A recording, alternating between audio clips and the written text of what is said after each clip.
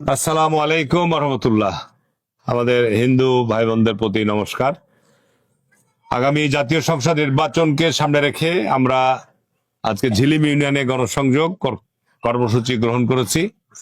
আমরা কিছুক্ষণ আগে কালুপুরে গণসংযোগ সমাপ্ত করে এখন হোসেনডাং আমাদের সরকারি প্রাইমারি স্কুলের প্রাঙ্গণে আমরা মিলিত হয়েছি। আমাদের প্রিয় মা বোনেরা এখানে আছে, প্রিয় এলাকাবাসী। আমাদের এখানে উপস্থিত আছে ওয়ার্ডের মেম্বার, আমাদের মনি মেম্বার, আমাদের সাবেক চেয়ারম্যান মধু চলে গেল আর ওখানে আতাহিরে যাব, যেহেতু আপনাদের এই ইউনিয়নের সাবেক চেয়ারম্যান, বারবার নির্বাচিত চেয়ারম্যান এবং সাবেক উপজেলা চেয়ারম্যান তৌশিকুল, আমাদের সাবেক উপজেলা ভাইস চেয়ারম্যান নজরুল ইসলাম, আমাদের এখানে উপস্থিত আছে আমাদের তাবিউল ইসলাম তারিফ, আমাদের যুব দলের সভাপতি, মৎস্যজীবী দলের সভাপতি আতাউর সহ আমাদের তাঁতি দলের সভাপতি, আমাদের টুটুল, এখানে ডালিম সহ আমাদের প্রিয় অন্যান্য নেতৃবৃন্দ। আগামী নির্বাচনটা অত্যন্ত গুরুত্বপূর্ণ, কারণ আমরা গত 15 বছর ভোট দিতে পারিনি। আমাদের উপযুক্ত প্রার্থীদেরকে সঠিকভাবে আমরা নির্বাচিত করতে পারিনি, যে কারণে আগামী নির্বাচন আমাদের খুবই গুরুত্বপূর্ণ।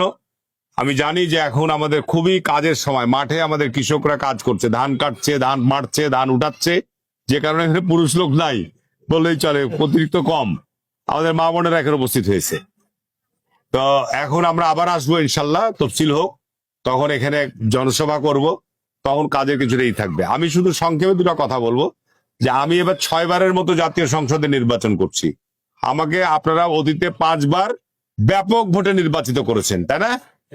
ইনশাল্লাহ আগামী ভোটেও আমাকে নির্বাচিত করবেন। তৌশিকুল চেয়ারম্যান কিছু কথা বলেছে, অনেক ছোট ছোট উন্নয়নের কথা, এখন তৌশিকুল জানে না অনেক কিছু। আপনাদের এই রাস্তা একেবারে পৌরসভা থেকে আমনুরা পর্যন্ত এই রাস্তা 20 ফিট চড়া প্রকল্পের মধ্যে আমি ঢুকিয়ে দিয়েছি। বস বস বস বস এখন বস বস বস বস। আচ্ছা লেখাবো লেখাবো লেখাবো, আক্তারের নাম লিখিয়ে দিব, লিখে নিচ্ছি, ঠিক আছে। আপনাদের এই রাস্তা আমাদের ঝিলিম ইউনিয়ন থেকে আমনুরা থেকে একটা রাস্তা করেছি, আর এটা আর একটা রাস্তা আমি করে দেবো, যেন এটা দিয়ে আমাদের কৃষকরা বড় গাড়ি ট্রাক সব যাতায়াত করতে পারে। দরকার আছে তো নাকি? ইনশাল্লাহ এইটা আগামী 2-3 বছরের মধ্যে আপনার একেবারে আমনুরা পর্যন্ত এটা ডাবল রাস্তা ইনশাল্লাহ হয়ে যাবে। এই যে বললো না যে আমনুরা এই মাহাডাঙ্গা 100 অন্ধকার ছিল, এখন অনেক উন্নত হবে। আপনাদের হোসেনডাং, আপনাদের 2 নম্বর হচ্ছে যে আমাদের বাবুডাঙ্গা, আমাদের নবাবগঞ্জ জেলার একটা বিরাট সম্পদ, দেশের সম্পদ। ইনশাল্লাহ এটাকে আমরা সরকারিভাবে একটা অভয়ারণ্য গড়ে তুলবো। এখানে বিরাট একটা প্রকল্প নিব, যেখানে পর্যটন কেন্দ্র হিসাবে এটা বহু দূর দূরান্ত থেকে মানুষ আমাদের এখানে আসতে পারবে। এতে এলাকার বহু মানুষের কর্মসংস্থান হবে। সবচেয়ে আরো গুরুত্বপূর্ণ যে বাংলাদেশ কৃষি নির্ভর একটা দেশ, আমাদের কৃষকরা কৃষি পণ্যের ন্যায্য মূল্য পায় না, ধানের ন্যায্য মূল্য পায় না, গমের পায় না, অতিরিক্ত মূল্য দিয়ে সার কিনতে হয়, অতিরিক্ত মূল্য দিয়ে বীজ কিনতে হয়, পানি কিনতে হয় অতিরিক্ত মূল্য দিয়ে, ঠিক না?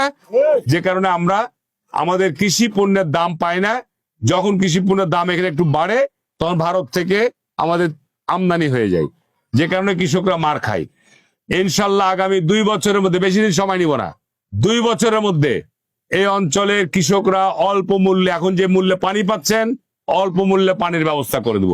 আগামী 2 মাসের মধ্যে আমাদের যে পান্না সেচ প্রকল্প আছে, সেই প্রকল্প পাইপলাইনের মাধ্যমে বড় পুকুরিয়া পর্যন্ত পানি পৌঁছার ব্যবস্থা করছি। ওই এলাকায়, সমস্ত এলাকায় যেন আমরা মহানন্দা নদীতে পানি সরবরাহ করতে পারি, তার ব্যবস্থা ইনশাল্লাহ 2 মাসের মধ্যে করে দেবো। আপনারা এই আগামী বড় মৌসুমেই আপনারা ওই সব এলাকায় ধান চাষ করতে পারবেন। তারপরে আপনার এই যে আমাদের বাবুডাং থেকে খাড়ি খনন করে এই খাড়ির উপর 3টা ব্রিজ হবে, এপার থেকে ওপারে যাতায়াত করতে পারবেন, এবং খাড়িতে যেন 12 মাস পানি সংরক্ষণ হয় তার ব্যবস্থা আমরা করে দেবো।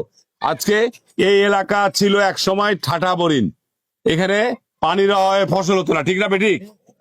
ডিপটি বলেও সঠিক আমরা পানি পাই না। আগামী অপেক্ষা করেন, আগামী 2-3 বছরের মধ্যে এই এলাকায় 1 ইঞ্চি জমি, 1 বিঘা জমিও আপনার অনাবাদি থাকবে না, সমস্ত জমিতে 3টা করে ফসল করার ব্যবস্থা করে দেবো। এটা আমার অন্যতম পরিকল্পনা।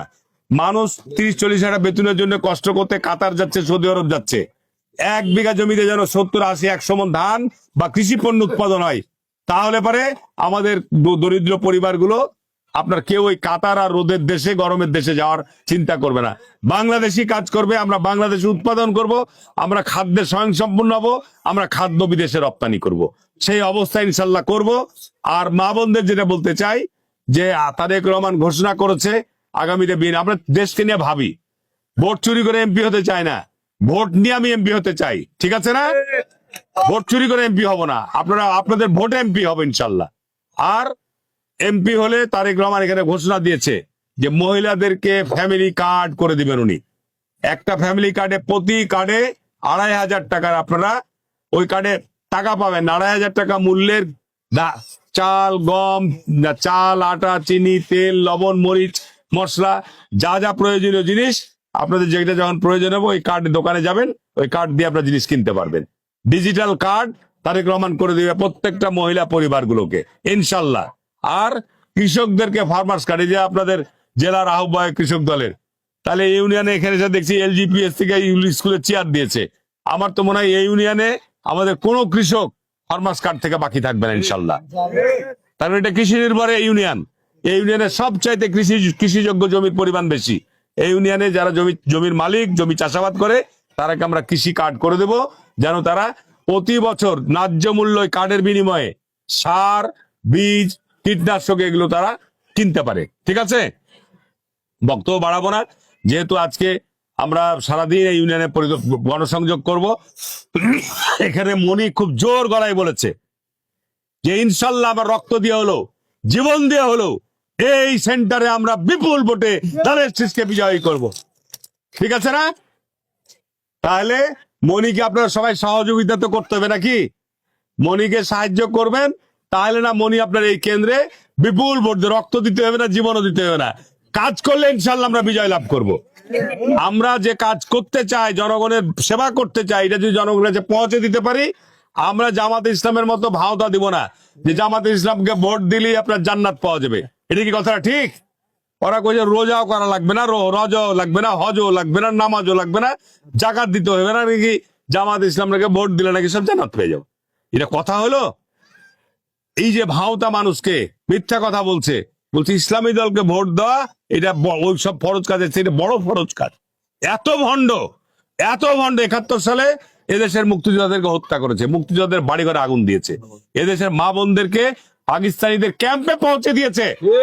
এই সমস্ত মানবতা বিরোধী অপরাধ তারা করেছে, যে কারণে তাদের ফাঁসি হয়েছে, যে কারণে তাদের ফাঁসি হয়েছে, এই সমস্ত জঘন্য অপরাধ করার কারণে। সুতরাং ইনশাল্লাহ আগামী দিনে এদেশের জামাতকে এদেশের মানুষ বিশ্বাস করে না, এদেশের অধিকাংশ মুসলমানরা বিশ্বাস করে না। এদের আকীদা ভিন্ন, এদের ইমানি যে নবী রাসূলদের যে আল্লাহর বাণীর যে নির্দেশনা, তার থেকে তারা ভিন্ন পথে চলে। আর বক্তব্য বাড়ালাম না, ইনশাল্লাহ আজকে গণসংযোগের মধ্য দিয়ে আমরা প্রমাণ করব যে ঝিলিম ইউনিয়নে অতীতে আমরা বিএনপিকে ব্যাপক ভোটে বিজয় করেছি, আগামী নির্বাচনে ব্যাপক ভোটে বিজয় করব। আর হোসেন ডাং তো বলে দিলাম, যেখানে পানি, বাবুডাং, রাস্তা এগুলো হবে ইনশাল্লাহ, ঠিক আছে? সবাই ভালো থাকেন, সকলের